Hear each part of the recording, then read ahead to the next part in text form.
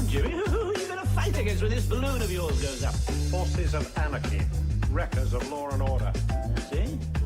Communists, Maoists, Trotskyists, Neo-Trotskyists, Crypto-Trotskyists, union leaders, communist union leaders. See?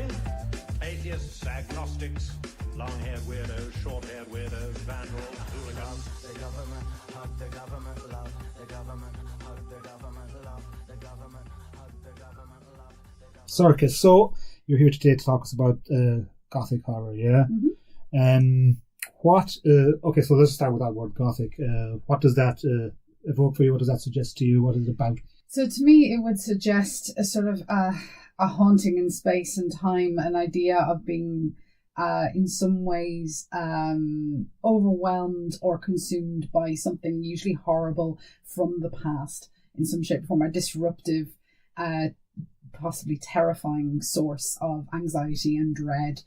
There's no one definition that we've ever agreed on in the Gothic or in Gothic studies, but this is something to me that it always signals some sort of disruption, and that can be personal, it can be existential, it can be literally leading into fear or terror, but it's that disruption of the status quo, that disruption of comfort and calm. So, something like the uncanny or something like that. Yeah, very similar to the uncanny, and then that would usually lead into that amplifying out from the uncanny into something that is closer to dread, I suppose. Does that mean that the common denominator is some kind of emotional disruption or psychological? It can be both, and they can work in tandem as well. I mean, you can have this idea of the emotional picking up on something that is uncanny or wrong or disruptive, and that can lead then to a psychological break or fracture, some sort of distress. And it's best kind of amplified usually through something like representations from monstrosity or creatures or things taking over the world, things like that. It always tends to have that Gothic inflection of the world has been turned on its head. Things have been disrupted or rendered strange and horrifying. Okay, so because when I think of the word Gothic, rather naively, the first thing that pops into my head is architecture. Yes. Gothic architecture. Yeah. Do those come out of that tradition of the architectural Gothic architecture?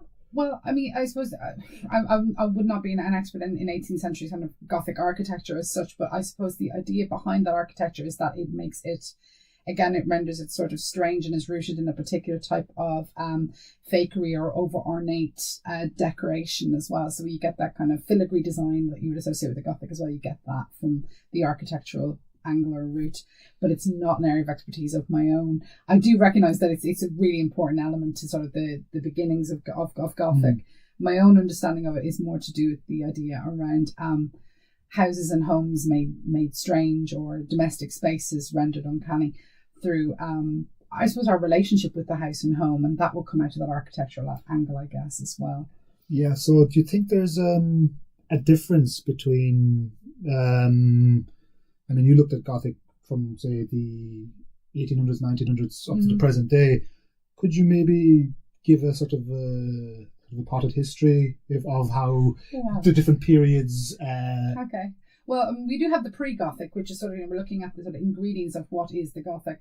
When you can go back to Jacobean theatre, you can go back to Shakespeare and look kind of the grotesque and the horrors, rise of time and again in the tragedies in Shakespeare. So you can see the kind of the pre-Gothic coming out there, because we don't have the word Gothic at that point.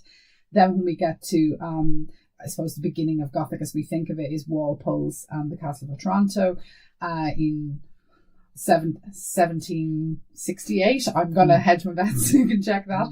The Monk is one of them. The Monk as well. Matthew Lewis's Monk is very important in terms of depravity, and again it's set in these in the idea of religious destruction, the idea of destroying something pure with complete savagery. I suppose that kind of underpins sort of Matthew Lewis's novel.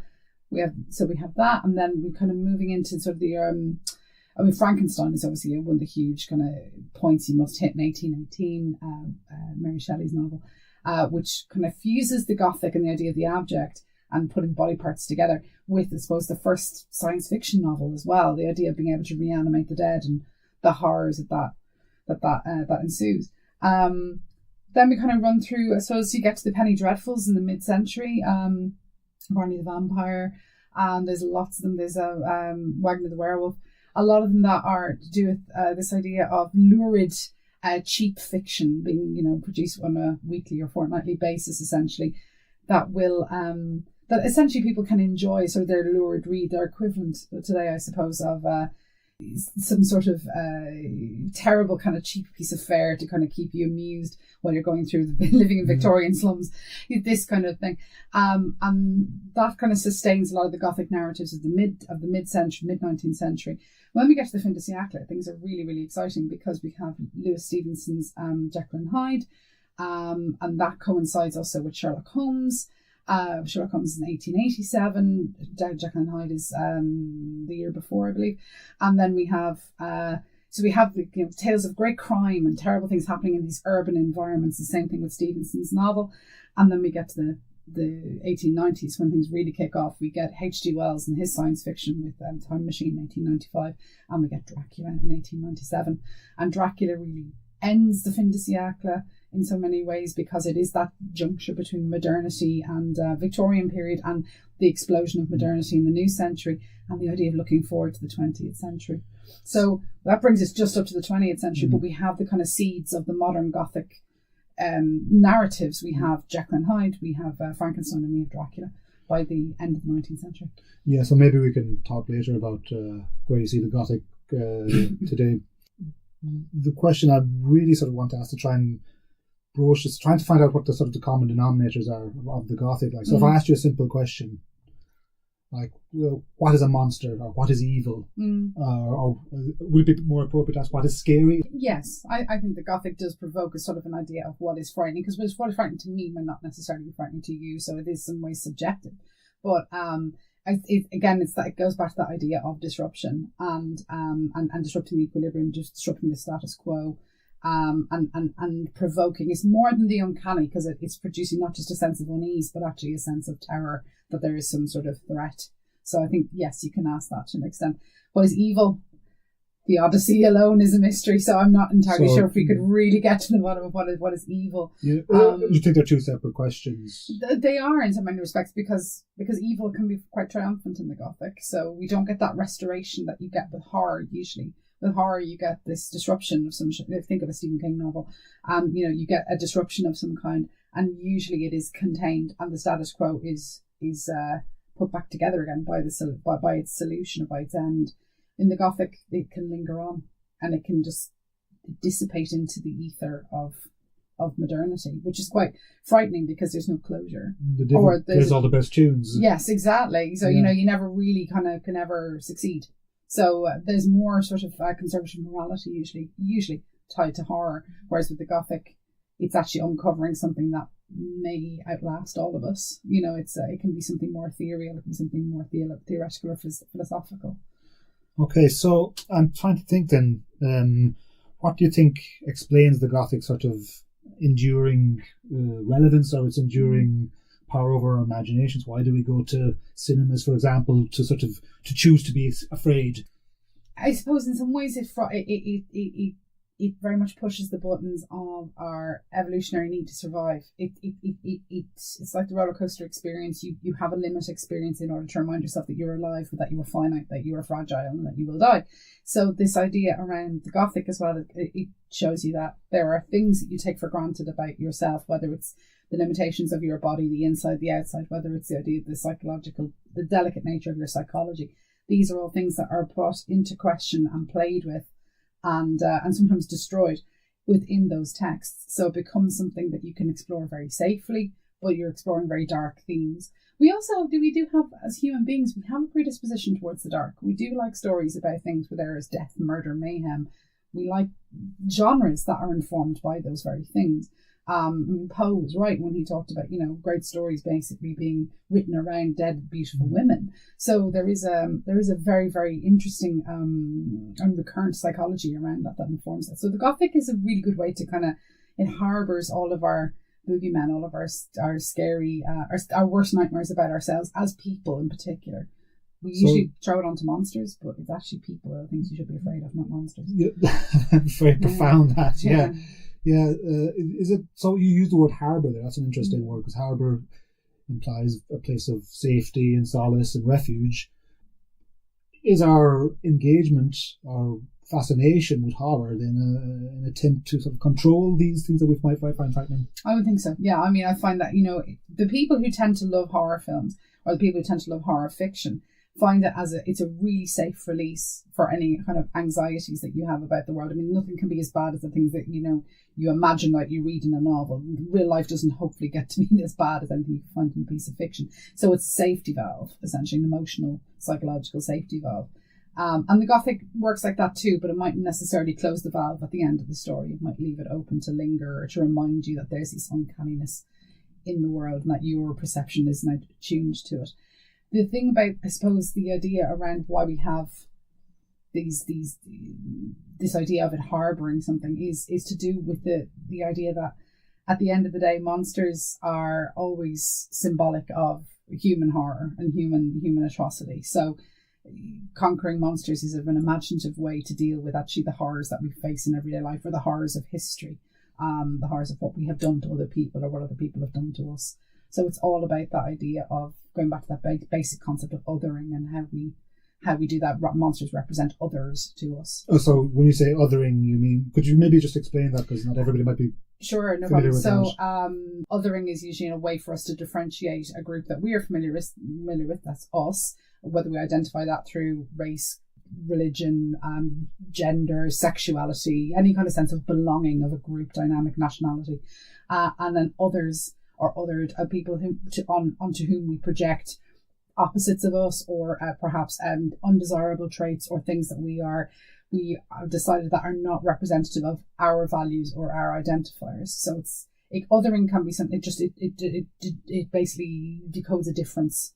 And that's often used for, nefarious ends, or for perhaps sexist or racist ends as well. So it has very negative connotations. But on top of that, usually within theory itself, it's used as a way to differentiate another kind of group or person who harbours different concepts to our own. And do you think then that horror, or Gothic horror, are ways of, I don't know, culturally representing this, trying to tease out what's involved in the lesser angels of our nature? Yeah, exactly. So, I mean, you can have a monster or represent the issues or thematics, ideas in the contemporary world that we don't necessarily want to name because it is fiction, but we might throw onto that character or that monster a particular representative sort of set of traits or codings that are recognisable as representative of something that we don't like. And it can be used for a cathartic purpose, or it can be used for negative purposes, depending on the fiction and on the audience.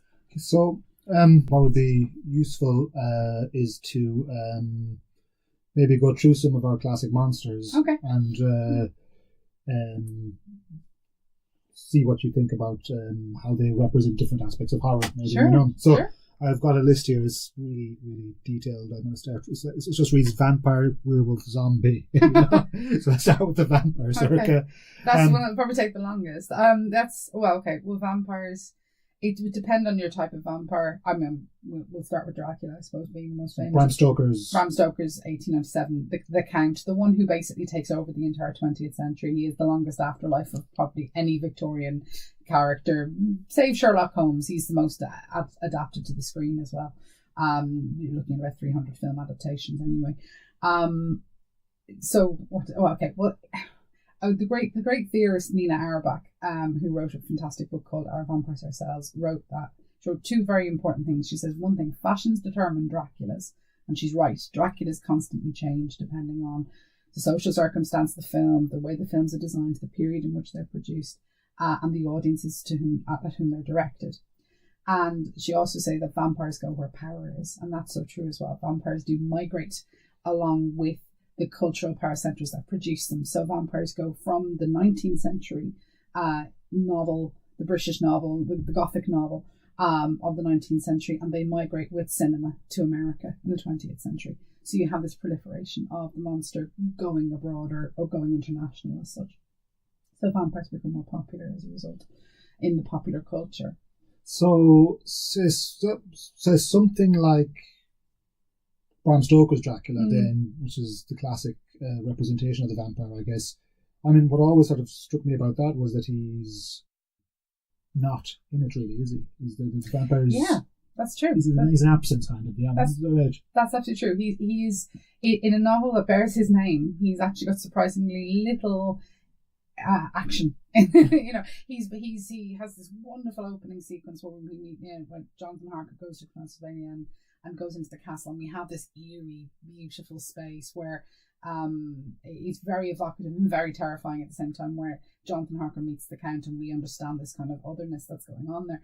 But then, you know, pretty much while Dracula's heading off to England, then we have this whole other drama unfold with Lucy Westenra and Mina Murray, who becomes Mina Harker, and then, you know, the Sewards and everyone else. So we get this kind of drama within the centre of this novel, and this novel sort of is bookended, I suppose, with these exciting moments between Dracula and the Van Helsing's crew of light, as such, who are off to fight him.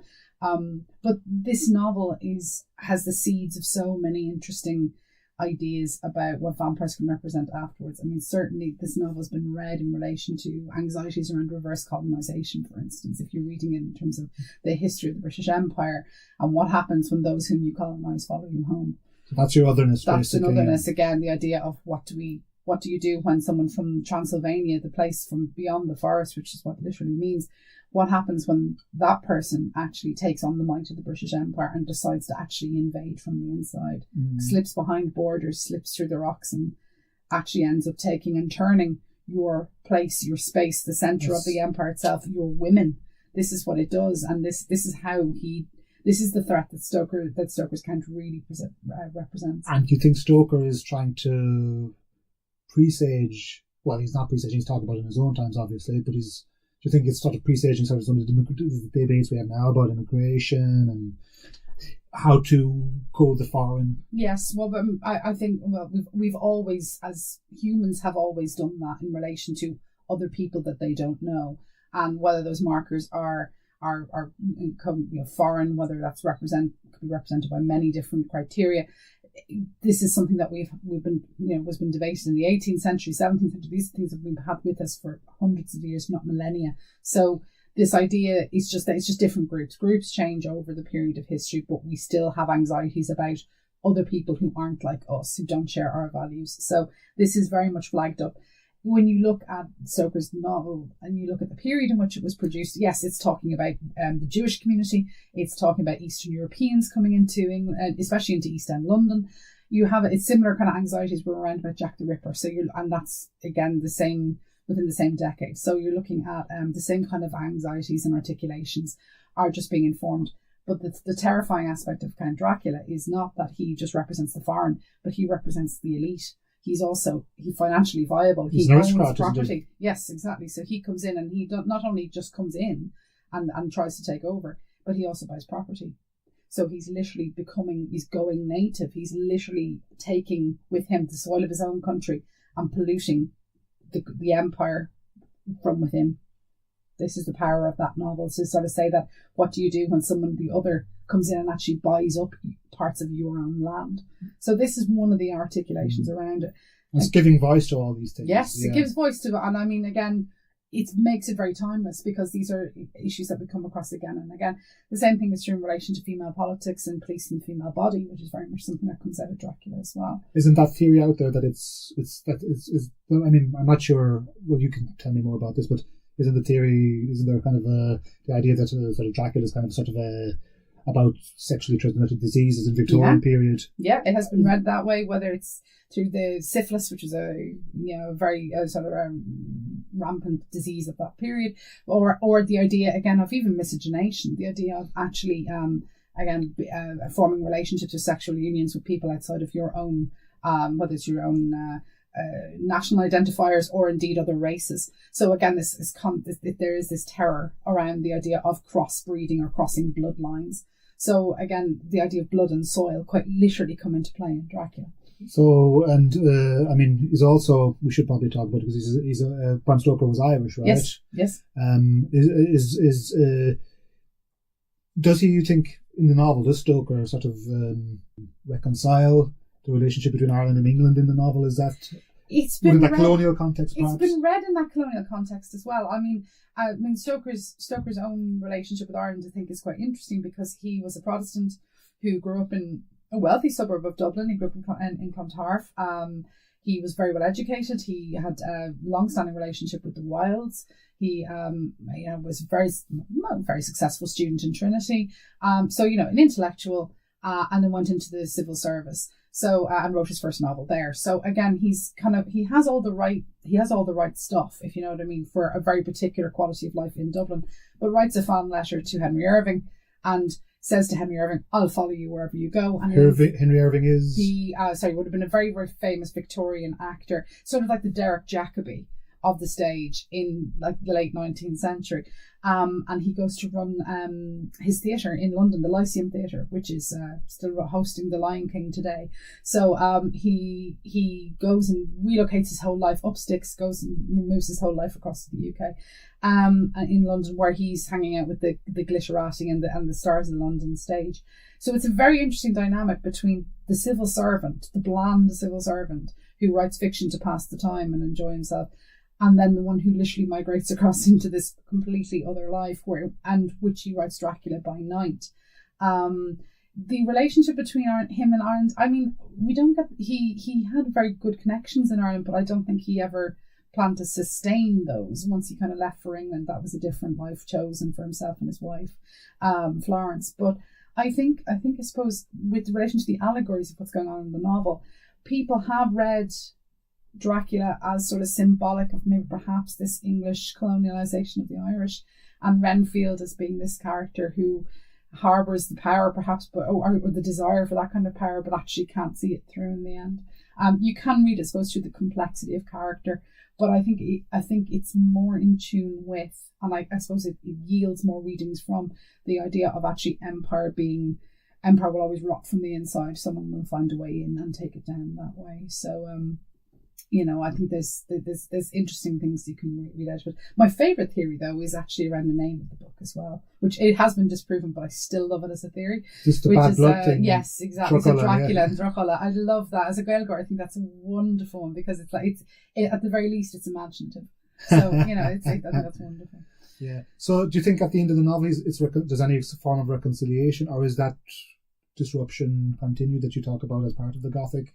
Well, Dracula himself does perish, but I mean, we do get this idea of the supernatural being something that can always come back. So even if you stem the tide this time, you've stopped something like Dracula, something unimaginable like Dracula this time, who knows? It might come back. You know what I mean? So it's a bit like Shelley's Frankenstein, this idea that, just because you can do it and it's turned out awful, it doesn't mean that someone else might come along and try it again, So then, what's your take then on, I guess, how the vampire has been represented, say, maybe make it a little bit more local in the last 10, 15 years? Have you seen any interesting iterations of the original Stoker novel?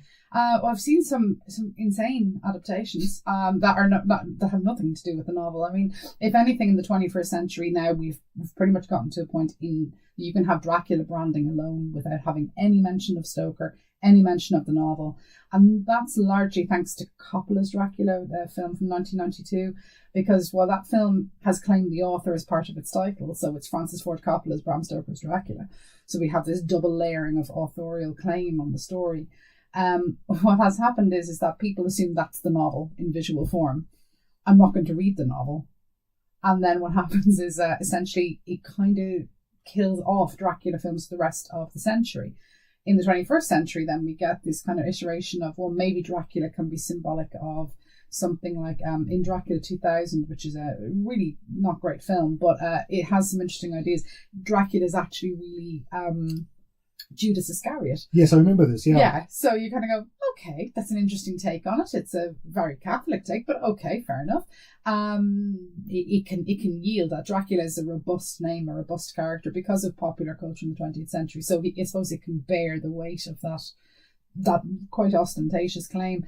But then by the time we get to Dracula Untold, which is 2014, that's an 88-minute film, which is an extension essentially of the first 4 minutes of the Coppola film. So now we're going back into these kind of loops of citation that completely destroy or just ignore the Stoker Stoker novel. So people have essentially written Stoker out of his own creation at this point, and Dracula becomes symbolic of so many other sort of usually Hollywood executive decision-making aesthetics rather than actually anything to do with the Gothic and the novel. I mean, some films have gone so far as to de-Gothicize Dracula altogether, so which is shocking in its own right. So, what would you, and is there anything that you've thought of been, other than, say, Dracula 2000, is there any versions of vampirism that you've seen in literature, poetry, movies that you've thought have been unique or fresh or innovative? I did think True Blood was a very, very good idea. The television series, now I must admit I haven't read all the novels, the source material, but the Suki Stackhouse mysteries, but I thought that it was such a fantastic promise of a television series back in 2008, because what it did was it brought vampires and assimilation together. The idea that you wouldn't have True Blood as a TV series and the popularity of it without having something like Twilight.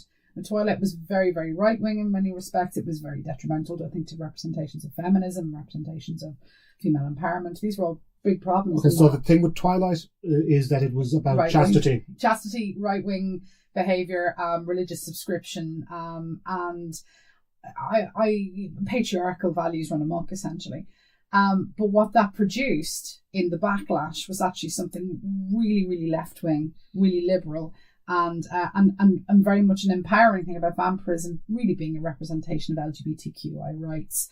And as a result, what you have is actually this wonderful left-wing flourishing coming out of something like True Blood, which is all about equality. So vampirism takes on this huge social issue in the end of 2008 and harbours within it all the variations of contemporary life that have been suppressed under Republican presidencies. So you have this great flourishing coming out in the backlash of Twilight.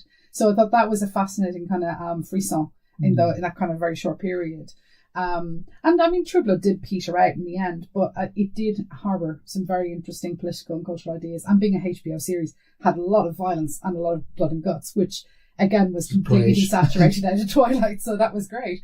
So, do you think that then that sort of vampirism is a predominantly sort of a Western phenomenon? Are they the representation of vampirism, or is it a response to sort of Western rationality or Western sort of discourse? The versions that we have are very much based on Western ideology, Western ideas and notions and values. But I mean, there are other folkloric representations of vampirism that are, completely localized to other cultures and communities. So there's the hopping vampire in Chinese culture. There's the arithmomanic vampire that must count sand or grains of sand or grains of rice, whatever. That's in Asian culture, but it's also in Slavic culture. So you do have localized vampires. The best one I heard about Irish vampirism was the bishop who had become a vampire who walked himself home from his own funeral, which I think is kind of wonderful because it does give you this idea of the Irish wake as well. So it's quite, and that was Montague Summer. So again, you have this wonderful kind of folkloric element to it. But they tend to harbour ideas around power and how power corrupts. And I think that's kind of the core of all vampirism. It's to do with some sort of power and corruption in some shape or form.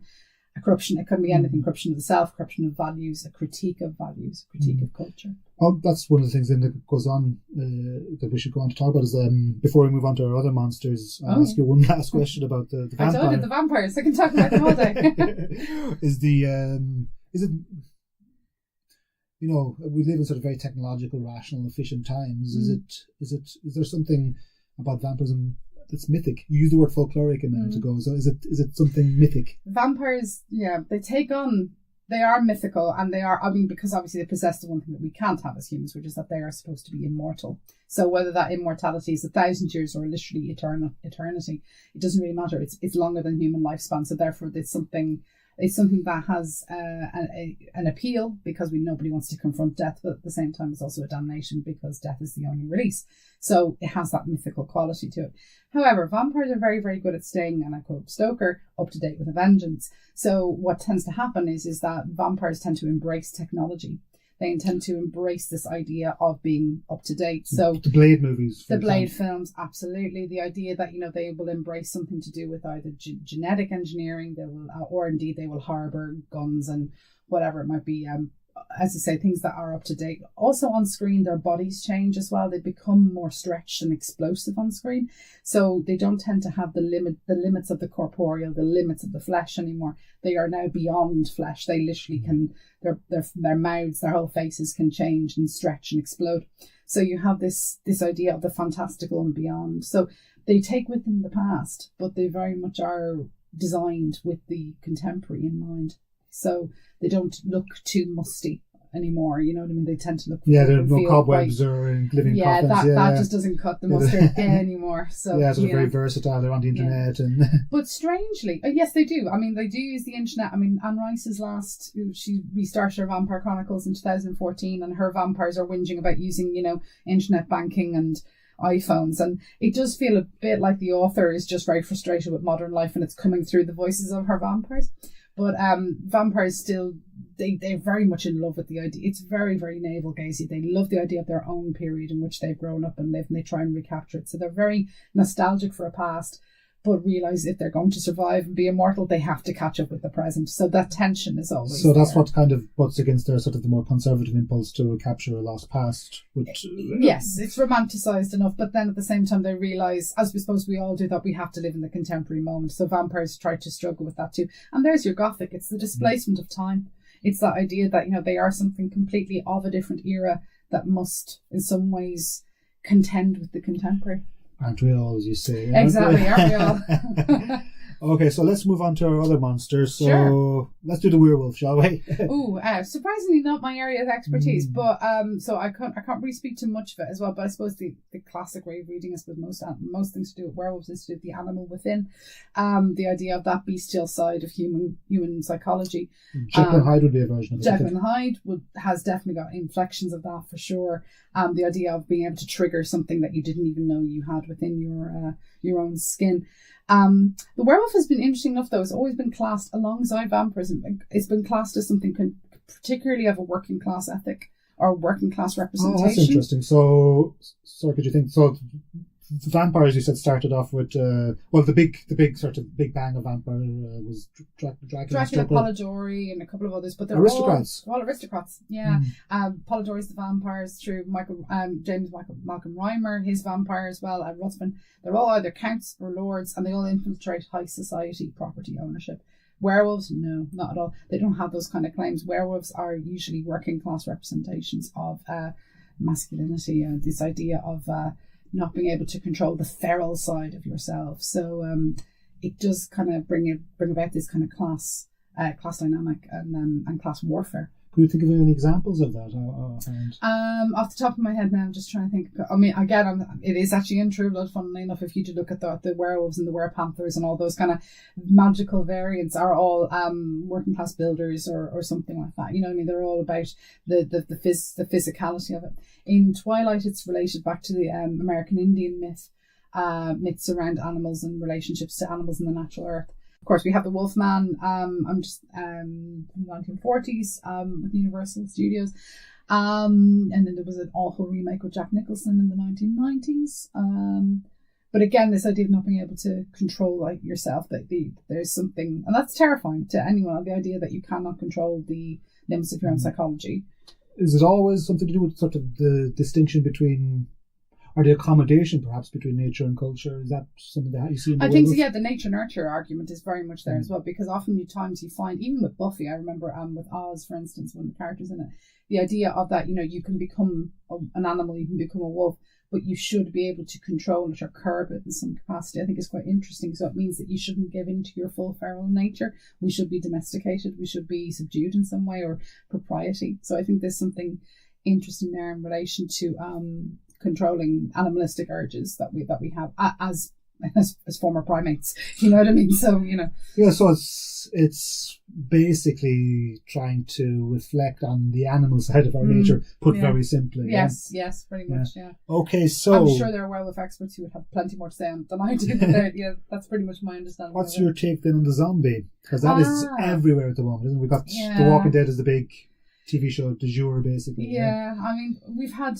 Okay, we have zombie history going back a lot earlier than people think. I mean, we have it going back to Haiti, for instance. It's usually attributed to Hollywood, isn't it, the zombie? It is, yeah, because it was kind of a creation of sort of, again, Haitian myth, and it kind of got fused then with Hollywood culture. So the Haitian myth of the idea of voodoo, is it? Voodoo and the sugar plantations and slavery, essentially, 19th century slavery, essentially, of which makes it, because it would be a distinctly American subgenre of the Gothic. Yeah, very much so. I mean, certainly taking from this idea, I mean, the word itself comes from, I can't remember the name of the dialect now at the moment, but it comes from a very particular zombie, essentially, which was this idea of someone who was in a kind of perpetual sleep, essentially, someone who was pretty much like sleepwalking. They weren't able to break free and have their own autonomy. They were controlled or kept lulled into a particular position. So we have this in Haitian culture. You have a film, White Zombie, with Bela Lugosi in the 1930s, who has this, he's got a fabulous name, it's Murder Legendre. I mean, wonderful. What a wonderful name. You could, yes, of course it's Bela Lugosi. So, but he keeps his slaves essentially subdued on the sugar plantation in a sort of a perpetual sleep. They don't... so this hinterland between life and death. Yeah, but they're not dead. They're very much sort of kept in this, almost like a coma, as such. And then this gets shifted pretty much in 1968 with George Romero's Night of the Living Dead, where they're not called zombies, they're called ghouls, but the idea is essentially lifted from Richard Matheson's I Am Legend, which is a fantastic 1954 vampire novel. But it works perfectly for Romero's film because it's the idea of being trapped in a house and everyone around you in the outside world have gone funny. They've been awakened from some sort of mysterious signal from Venus, so it's got a little touch of science fiction to it. And the dead arise and they are eating people. And that's pretty, I mean, it's pretty apocalyptic, pretty horrifying, but it's such a great, grungy, beautiful, wonderful film that has most certainly got political elements to it in relation to Nixon and the silent majority, for instance, in the late 1960s, that rising up against the counterculture. It has a black protagonist, which again was considered to be highly confrontational in 1968. So all of these different flashpoints, the film is just at the right moment, at the right time, and has the right thing to say. So what anxieties did you think it's giving expression to? Oh, it's definitely... What's the disruption, as he says? Well, I mean, this idea that the old will eat the young. This is something that, again, if you look at the 1968, the kind of the crossroads in American culture, it's called the magic year in American studies. Things just completely conflate. You have the student protests. You have generational tension. You've got the assassination of Robert Kennedy, the assassination of Martin Luther King, and all of this is coming at a time when the whole South feels like a powder keg. So you have this in relation to getting civil rights, actually the actual full implementation of civil rights. So all of this is happening. You have this lead character who's an African American who is going to survive, and he's not complacent or subdued. He's very much has his own agency and will to survive in this film. On top of that, you have a child killing a parent in the film with a trowel, which is rather wonderful. So you have these very visceral moments of the destruction of the family, the destruction of the old South and Southern order, where and the racist institutions that it props up. But then this, at the very end of the film, is absolutely destroyed by the fact that we have these Southern sheriff-like characters show up, identify our lead character Ben as someone who is, they say, oh, he looks like a zombie, and shooting him down. And that's the devastation of it. That's indistinguishable from the monster. Yeah, but we also think that this is the great question of that film. Is it that they can't distinguish, or is it that they don't distinguish? They don't want to distinguish, and that's is it racism or is it is it horror, or is it both? So I think that's what works really well. So Romero's film is so important because it has contains all these kind of flashpoints.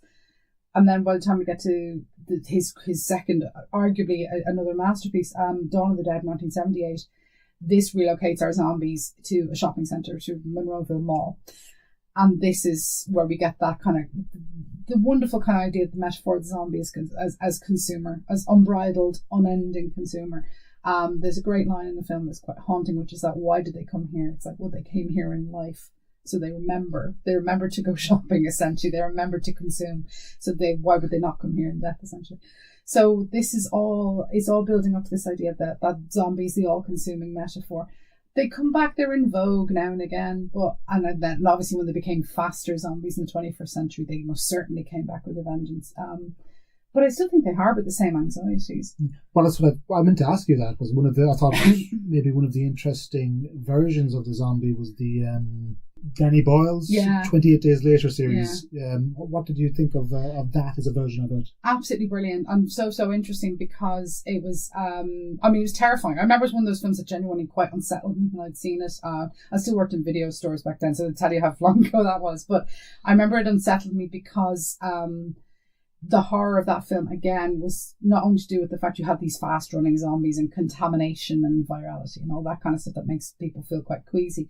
But there's a great turning point in that film, the horror of the situation for the two female characters is that they have been lured to a place of safety, not because these soldiers want to protect them from the zombies, but because they have a very particular function for the soldiers who are lonely, shall we say. So there's an increased horror then that's kind of turned on its head and made horrific through exploitation and gender exploitation. So I thought that was a brilliant turn that really made the concept basically being undead is not the worst thing that can happen to you, is what that film is saying, essentially.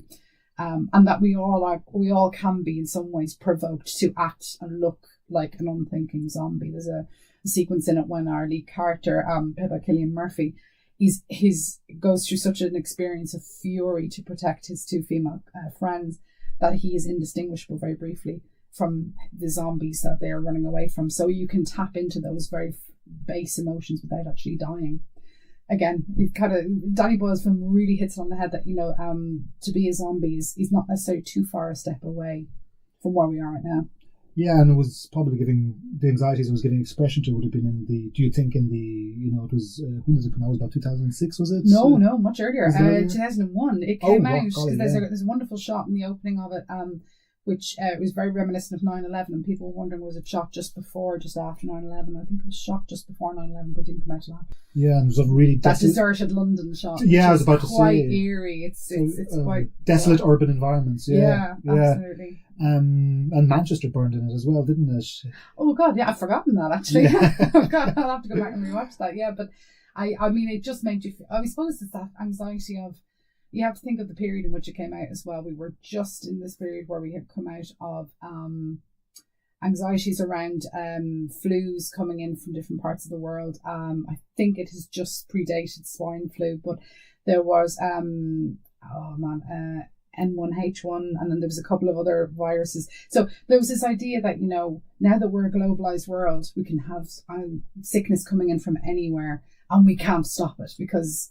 we know how to handle vampires. We don't know how to handle, problems at airports where people are coming in and they might be very, very ill. There is a tinge, I think, of anxiety there about, various parts of the world and Western privilege and all that. But I do think as well that there was a genuine fear at the time that contamination and biology and weaponizing particular Outbreak agents. was a movie at the same time, wasn't it? Yes, Outbreak is late 90s, and Outbreak again had this idea of, bitten by a monkey, the world ends. What's the other one? Contagion, which came out there about 10 years ago. Again, backdroppings equals world contamination. Pandemic terror is something that, again, zombies can often represent that in some shape or form. So, but that's a good example, I guess, for you of the Gothic responding to the times and trying to absolutely unpick all these problematic concepts we have. What about? I have to ask about The Walking Dead. Then, what is your take on that? Is that? Oh man, I've only watched the first season of Walking Dead. I am absolutely perplexed in a way as to. I understand why people will be really interested. I really understand the zombie metaphor and the value of that metaphor, but I kind of think, where is there to go in that story? But I suppose it's all character led anyway. But it's kind of purgatory, is it? Yeah. Well, I mean, with The Walking Dead, of course, the humans, not those left behind. And again, the idea of what do you do if you have to restart the world anew. Now, there are the interesting films that kind of tackle this as well. Stakeland, which is a post-apocalyptic vampire film, which came out about 9 years ago. That's got the similar kind of thing of starting the world anew and a new Eden and a new world that has to be built out of the ashes of America. Similar one was done with Zombieland, and it's been going on for a while. This idea of the 21st century seems to be riven with the idea that, what hope we had for it before 9/11. Now afterwards, it's all about, well, the apocalypse is coming. It's just a question of which one gets us, because it's going to come and get us. So I understand why the zombie is proliferating so well and so healthily in the 21st century. Okay. Now the other, I guess I should mention ghosts. Oh yeah. Ghosts. How as a form of the Gothic, where do you see that? Do you see valuable representations of it in contemporary literature, poetry, movies, and how does it compare to our other monsters? It's our oldest one, I think. Really, I mean, I know we all think about vampires being quite old, but really, I mean, again, I was talking earlier too about the pre-Gothic. Think of Hamlet's father. You know what I mean? This idea of this something from beyond, warning of a great danger or a great disruption or a great injustice can be committed. It's one of the oldest ones, and this idea as well. It's a very, I suppose, quite a comforting idea that we have some purpose in our afterlife, perhaps, to actually convey messages or to right a terrible wrong from beyond the grave. So it's consistently throughout the Gothic. Again, the idea of being haunted is not necessarily being haunted by a thing, a spectre, but rather the idea of being haunted by your own psychology or your own sin or guilt or whatever kind of manifestation it takes. So it's riven with the Gothic. So it's kind of ghosts tend to be then a representation of guilt. I think one of the best I've seen recently was in The Bridge. I'm not sure if you've seen it. Oh yeah, wonderful. Yeah, where it was very subtly done. It was done in a very sort of a sense of everyday life. Like it wasn't supernatural per se. Exactly. It was in the tradition of Ibsen, I guess, ghosts. Yeah. So that would be a good example of it, I think. Yeah. Is there anything else? Yeah, well, I mean, that's a wonderful example. Sagan Oren's whole emotional past. I think that idea and putting that to rest is such a huge part of that last series of The Bridge. There's so many to think. I mean, I suppose the ones I'm dealing with most of the time do tend to manifest themselves. But I mean, whether it's The Exorcist or anything thereof. Hereditary is a really, really good one as well. Actually, that was kind of a ghost story or similar. It had ghost story sort of inflections to it. I suppose the psychology of the idea of the fractured male subjective experience in 1990s cinema, which was all about the idea of what you think or what you understand or what you believe to be real isn't. I think that's got that hauntology behind it, that idea of that kind of Gothic disruption. I mean, even Christopher Nolan, who a director I've written about quite a lot of his films are about, the incorrect nature of our perception, that what we perceive to be true is rarely true, and that is usually informed by guilt in some shape or form. So guilt takes on that kind of manifestation. Yeah, I guess ghosts also, you alluded to the nature of immortality, so ghosts also come from the religious traditions, I guess. Yes, absolutely. So then ghosts are versions of sin, I guess. They can be, or portents of doom, of what, again, I'm thinking back to, I'm just thinking of Dickens when I said that, thinking of... a lot classier. I was just thinking of Patrick Swayze's ghost. There you go. Oh, God, of course, yeah. But again, that idea of coming back to, again, protect against another form of evil taking hold or a terrible thing happening, so premonition almost, or indeed being able to see something from the other side. So it's very romantic in that sense. But again, think of it in terms of the lessons of the good moral life, which you get in Dickens. So ghosts are about sort of warning or giving that sort of information that cannot be fully comprehended by the living, in some ways imparting that from the aspect of the subjectivity of the dead. They can also be terrible. They can also be disruptive and malignant. So.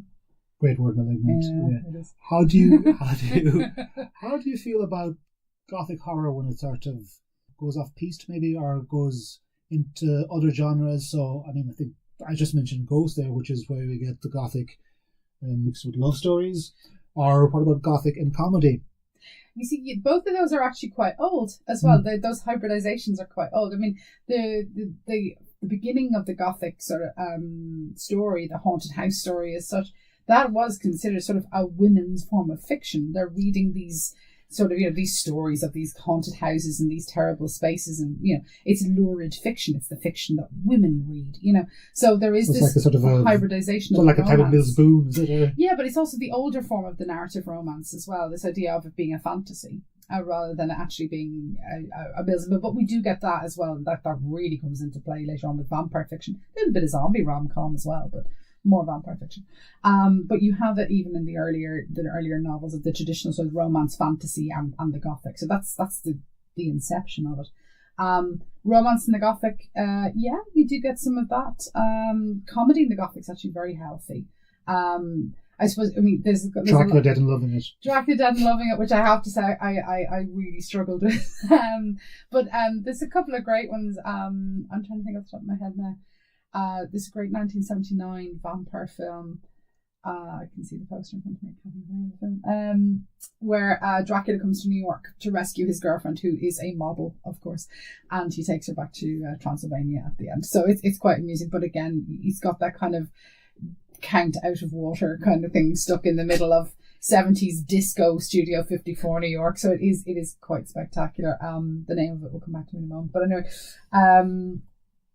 but then, I'm even thinking of actually one of the better ones, which is very, very recent, is What We Do in the Shadows, which is just a magnificent vampire comedy about, a flat share in New Zealand and how vampires cope with living with each other, dealing with the politics of each other, and what happens when you bring in a new recruit. Exactly, who won't do the dishes, which is one of my particular favourites, or who's going to do the hoovering. It is wonderful. That must be interesting, is making it is making the supernatural hyper mundane. Exactly, and in so doing, it actually gives it more of a strange corporeality to it. It gives it this idea of, if you've got vampires that are stretched and split across in pixicality terms, with CGI, where they don't look real, and that can breed a lot of disinterest. And we know that because things start looking so fake on the screen, we don't particularly have an emotional investment.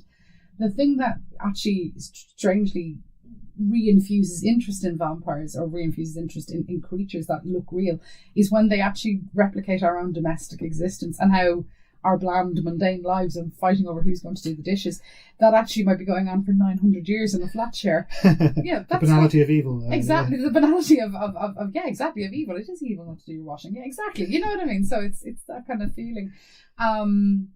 So there's quite an interesting way of looking at the comedic of it. There is gentle comedy which deploys sort of sweet versions of ghosts. I'm thinking of Casper the Friendly Ghost, for instance. Sabrina the Teenage Witch, which I have to say, I just love Sabrina. I always wanted a talking cat, so I always thought those things would be kind of fun. So you have very gentle deploying things from which it's deployed, but at the end of the day, it's all about that little gentle touch of supernatural, that thing that makes it a little bit extra, a little bit different, and gets you away from the mundane existence of our lives. Sabrina, though, originates out of a very, very violent comic book series, which I'd only recently discovered, and I was fascinated to see how tonally different it is in graphic novel form from the very sweet-natured TV show in the 1990s. So it just goes to show you can hybridize something for a completely different audience as well. I'd like to talk to you before we come to an end about your guy, I guess, Clive Barker. Oh yeah. Yes. So you're kind of, I guess, you're a research specialist on Barker's work. Is that correct? Oh, and actually more so on the vampires, but I did in the last few. I actually, funnily enough, about 7 years ago, I did a conference in Trinity College Dublin when I was there as an associate lecturer. And I did a conference on Barker. It's the only conference that ever actually took place on Barker. And he joined us for the 2 days. Didn't get involved with the plenaries, with the panels, because I think that might have been a bit too eerie for him. But he was very, very kind to give 2 plenaries at the conference as well. So it kind of was this great springboard for an author who always hits the New York Times bestseller list when he produces a novel, but someone who was not being discussed or kind of got the kind of Gothic Studies traction that his counterparts would have. So like Stephen King, for example. King is always kind of the go-to horror writer that when he releases a book, and I'll do it myself, he will he will hit the bestseller list, so people do inevitably buy his book. The same is true for Barker, even though Barker's had a very different career trajectory to King, but Barker has always kind of, he's hit different audiences at different periods in their lives, and I think that's something that King has been consistent, and whether you find that bland or you find that reliable depends on what kind of reader you are. Where do you see the importance of Barker within the history of the Gothic? he would very rarely be described as someone who is Gothic. I would claim him as Gothic because I think that's actually a better term for him than as a horror writer, because he's always talking about fantasy and disruption and making the world strange. So I think that he meets those criteria quite easily. But a lot of people still describe him as a horror author. And he isn't a consistent horror author. He started off as a splatterpunk writer, writing about the destruction of the body in a very sort of profound way in the 1980s. So we'd write about, his short story, collection of short stories called The Books of Blood, which are powerful and profound in terms of queer theory, in terms of looking at the way the body can be a place of transcendental transformation, of existentialism. It was really, really interesting space and textual space to look at modifications and understanding the contemporary world. And that's just those series of short stories. They're bookended by a story about a body that is literally written on by spirits. It carves the stories into this body of this person. So that's the kind of fantastic, the idea of the body as a book, as the body as a piece of flesh that can be read as a book. It's actually the epigraph to the whole collection is once we're open, we're read. This is the pun. So it's quite wonderful. But Barker gets bored quite easily. So what happens was he did this. It was a huge success for him. He wrote a short story called The Hellbound Heart. He then sold that to New World Pictures, and he says, "Can I direct it?" Never directed before. He directed theatre, but not film. And they said, "Yes, you're fine." And he directed Hellraiser, which became a huge hit. It was made for $900,000, and it became a really big hit because of the iconic imagery of Pinhead, the lead Cenobite, played by Doug Bradley. So you get these really interesting ascensions. I mean, within 5 years, he's a best-selling author and he's directed a film. I mean, it's unheard of, really. And then from there, he kind of becomes this horror maven because he's been associated with guts and gore and pulling people apart with chains and stuff, as you see in Hellraiser. He also had another novel, a fantastic Faustian novel that's pretty much always overlooked, called The Domination Game, which is set in London, and it's all to do with playing cards and selling your soul around post-war Warsaw, and then it's relocated to modern-day London. Would you put him on a par with the Edgar Allan Poes of the world, or the Stokers, or the... Yeah, his earlier career, I think, has been better than his later material. That happens to everybody, though. I mean, it's hard to place him. He's so different, and he has the best combinations. He doesn't have he used to be as prolific as King, but not anymore. He's got the dark fantasy of, God, I'm trying to think of someone who would be just completely invested in secondary worlds. I can't even think of anyone who he's very close with in those terms. He's very much interested in taking the mundane and obliterating it and making something fantastical or magical about it. But he kind of goes off into these different sort of substrands. Then he makes a lot. He talks about writing dark fantasy. Dark fantasy being the thing that he's the dark fantastique, which is sort of this kind of combination of fantasy and horror, but not always with this idea of it can descend into something truly horrible, but it can also be truly something quite sublime and existentially rewarding. So it's quite interesting that he kind of oscillates between the two quite readily. And then, of course, he went into because, again, he gets bored. He decided in the end then to write a Hollywood ghost story, which was wonderful, called Cold Heart Canyon, which really is sort of his bitter response to not being taken seriously as a filmmaker in Hollywood. He had a very bad relationship with the studios. And then he ends up writing children's fiction. So he ends up going off and painting all these oil canvases for about 6 years and creating this entire world for children. It's a very interesting time when it happens too, because Harry Potter has just become really huge. So the series starts off with a huge bang. People are very excited about this idea of him writing children's fiction because he's so creatively imaginative, and it is suitable for kids as well. But he can't keep up with the pace. So something like J.K. Rowling, who just, did an incredible amount of work to get those books out as fast as she did, he couldn't match that at all. So because the paintings took too long as well. So he's still yet to complete the series of the quintet of Avarat as well. So he's not got an equal, and I think that in some ways that's the problem. You can say he's a bit like King, he's a bit like Poe in some respects, he's a bit like I can't think of any fantasy writer he's very like, but he's got these elements where you go, okay, he's fascinating, but he doesn't fit the mold. You could put him in 3 different areas in a bookshop, and that's where you lose audiences as well.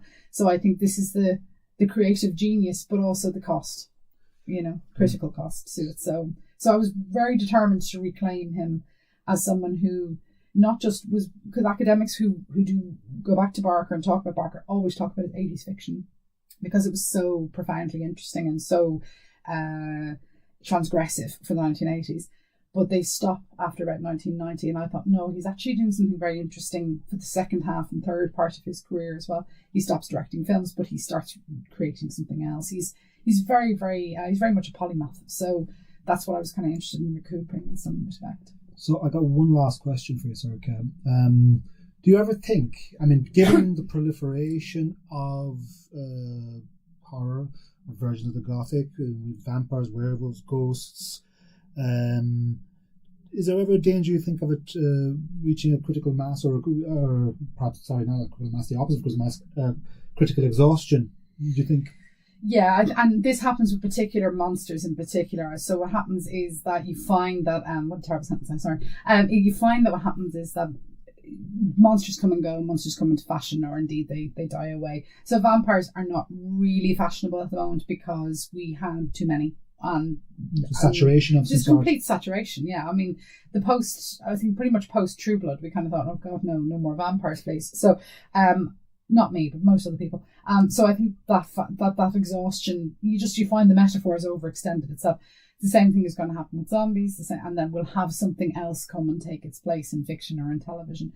The thing that's interesting, though, is that, and then they'll rejuvenate again in 10, 15 years. This happened in the 90s, this happened in the 70s and 60s, so it's not new. The thing that's interesting, though, is that the cycles are becoming more rapid, and the exhaustion is coming in ever quicker turns. So I think the hyper-postmodernity that we're facing into, this idea of things just getting more accelerated and more rapidly ingested and thrown away, I think that's what's going to... That's where we're at with these particular images and iterations. However, the second anyone, and people have done it across scholarship, the second we say something is dead and over in the Gothic, it's actually really just a starting point for something much more interesting. Plenty more to be scared of. So there's always more to be scared of, because we're always going to be scared. So we just need something to best tap into that terror. So. Come on, Jimmy. Who are you going to fight against when this balloon of yours goes up? Thank you for listening to The Well. Our theme tune is Love the Government by Alpaca Giraffe and is licensed under Creative Commons. You can follow us on iTunes or your preferred podcast app.